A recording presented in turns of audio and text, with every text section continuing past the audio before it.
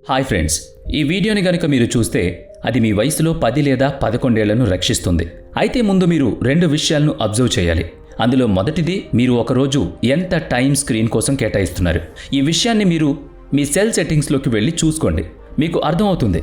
ఇక రెండోది, మీరు మీ ఫ్యూచర్ గురించి ఎంత ఆప్టిమిస్టిక్గా ఉన్నారు. మీరు ఎన్ని ఏళ్ళు ఇంకా బ్రతుకుంటారు? 60 ఏళ్ళు, 100 ఏళ్ళు, 1000 ఏళ్ళు?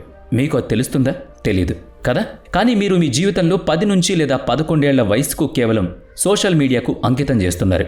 ఇంకా క్లియర్గా చెప్పాలంటే ముందు తెలుసుకుందాం. మీరు సోషల్ మీడియాలో ఎక్కువగా కనబడటం ఆపేస్తే మీ జీవితకాలంలో 10-15 ఏళ్లు సేవ్ చేసుకోవచ్చట. ఇది నేను చెప్పటం లేదు, సర్వే రిపోర్ట్స్ చెప్తున్నాయి. ఇది నిజం. ఈ మధ్యకాలంలో చాలామంది 4 నుంచి 5 గంటల పాటు ఏదో ఒక యాప్లో గడుపుతున్నారు. చిన్నపిల్లల దగ్గర నుంచి పెద్దవాళ్ళ వరకు అందరూ ఇలా ఎక్కువ టైం సోషల్ మీడియాలో స్పెండ్ చేస్తున్నారు. ఇలా రోజు టైం సోషల్ మీడియాలో గడిపితే దాదాపుగా మీ జీవితకాలంలో 10 లేదా 11 ఏళ్ళు టైం అంతా సోషల్ మీడియాకే అంకితం చేస్తున్నారని ఆ సర్వే రిపోర్ట్ చెబుతోంది. మరి 10 ఏళ్ళు అలా వేస్ట్ చేసుకుంటే అది జీవితంలో తిరిగొస్తుందా? ఒకవేళ ఆ 10 ఏళ్ళు మీ రిలేషన్షిప్ను డెవలప్ చేసుకోవడానికి పెట్టుకుంటే మీ చివరి రోజుల్లో మీ పక్కన ఒక మంచి తోడుంటుంది. అదే మీ కెరియర్ మీద ధ్యాస పెడితే మంచి భవిష్యత్తు ఉంటుంది. ఇంకా ఫిట్నెస్ పై పెట్టొచ్చు, టూరిజం పైన పెట్టొచ్చు, సమాజం పైన పెట్టొచ్చు. మరి ఎందుకు అలాంటి గొప్ప టైంని వేస్ట్ చేసుకుంటున్నారు? మీరు ఎలా మీ టైంని యూజ్ చేసుకుంటున్నారనే దానిపైనే మీ భవిష్యత్తు ఆధారపడి ఉంటుంది. మొబైల్ ఫోన్ చూడడానికి బదులుగా ఒక బుక్ చదవండి.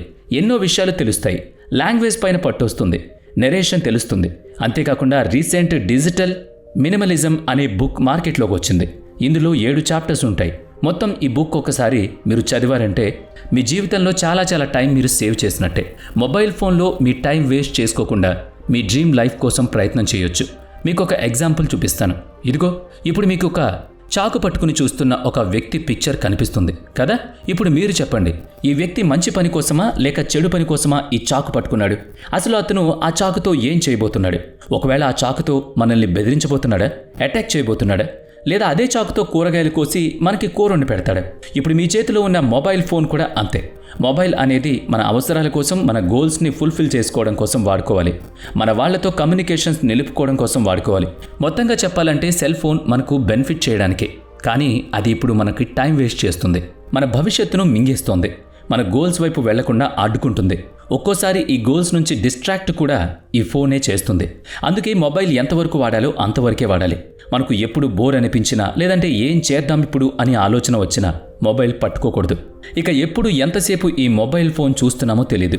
ఏ వీడియో నుంచి ఏ వీడియోకి వెళుతున్నామో అర్థం లేదు. అలా కంటిన్యూస్గా చూస్తూనే ఉంటాం. ఇక్కడ ఒక విషయం గుర్తుపెట్టుకోవాలి, మీ టైం ఎంత వేస్ట్ అవుతుంది అనేది మీకు మీరు అర్థం చేసుకోవాలి, చెక్ చేసుకుని. డిజిటల్ మినిమలిజం బుక్లో ఆధర్ ఏం చెబుతున్నారంటే, ఇన్స్టాగ్రామ్, యూట్యూబ్, ఫేస్బుక్లు స్క్రోల్ చేసుకుంటూ వెళ్ళిపోవచ్చు. ఇందులో అన్నీ ఇంట్రెస్టింగ్గా కనిపిస్తాయి. బోర్ కొట్టేవైతే వెంటనే ఈజీగా స్కిప్ చేసేస్తాం. కానీ ఇంట్రెస్టింగ్గా ఉన్నాయంటే మాత్రం వాటిని ఒక లుక్కేసి కానీ వదలం, చూస్తూనే ఉంటాం. ముఖ్యంగా వీడియో క్వాలిటీ ఉన్నవి అయితే ఇక ఆపే ప్రసక్తి లేదు.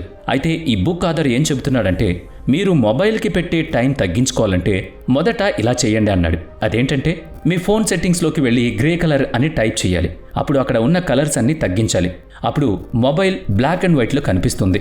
ఇక మీరు మొబైల్ని ఎక్కువగా చూడడానికి ఇష్టపడరు, ఎందుకంటే కలర్స్ అయితేనే కదా బాగా అట్రాక్ట్ అయ్యేది. అందుకే బ్లాక్ అండ్ వైట్లోకి మార్చేస్తే మీకు చూసే ఇంట్రెస్ట్ ఉండదు. ఒకవేళ చూసినా అంత గ్రేస్లో అవి కనిపించవు. మీ టైంని మీరు సేవ్ చేసుకోగలుగుతారు ఈ విధంగా. ఇప్పుడు రెండోది ఏంటి అంటే, మీ మొబైల్ని మీరు సైలెంట్ మోడ్లో పెట్టండి. ఇది మిమ్మల్ని ఎక్కువగా డిస్టర్బ్ చేయకుండా ఉంటుంది. ఇక మూడోది, నోటిఫికేషన్ని టర్న్ ఆఫ్ చేయండి. ఇది కూడా మిమ్మల్ని డిస్టర్బ్ చేయకుండా ఉంటుంది.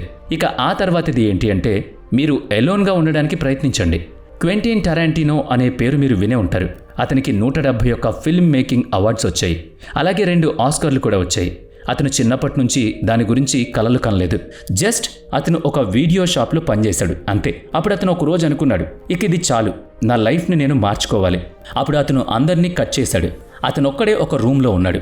అతను అప్పుడు చేసింది ఏంటి అంటే, ఓన్లీ మెంటల్ క్లారిటీపై ఫోకస్ పెట్టాడు. అప్పుడు అతను ఒక పేపర్ తీసుకుని అసలు నేను ఏం తప్పు చేస్తున్నాను అనే ప్రశ్నని రాసుకున్నాడు. అలా అతను రాసుకుంటూ వెళుతున్నప్పుడు అతను చేస్తున్న తప్పులేంటో తెలిసాయి. నేను ఎలా మారాలి ఇది రాసుకుంటూ వెళ్ళాడు. అప్పుడు అతనికి కొంత క్లారిటీ వచ్చింది. ఈ రోజులో ఈ పని చెయ్యాలని రాసుకున్నాడు. అప్పుడు అందులో ఒక రోజు 2 రాశాడు. ఆ తర్వాత రోజులో 4 రాసుకున్నాడు. ఆ తర్వాత 7.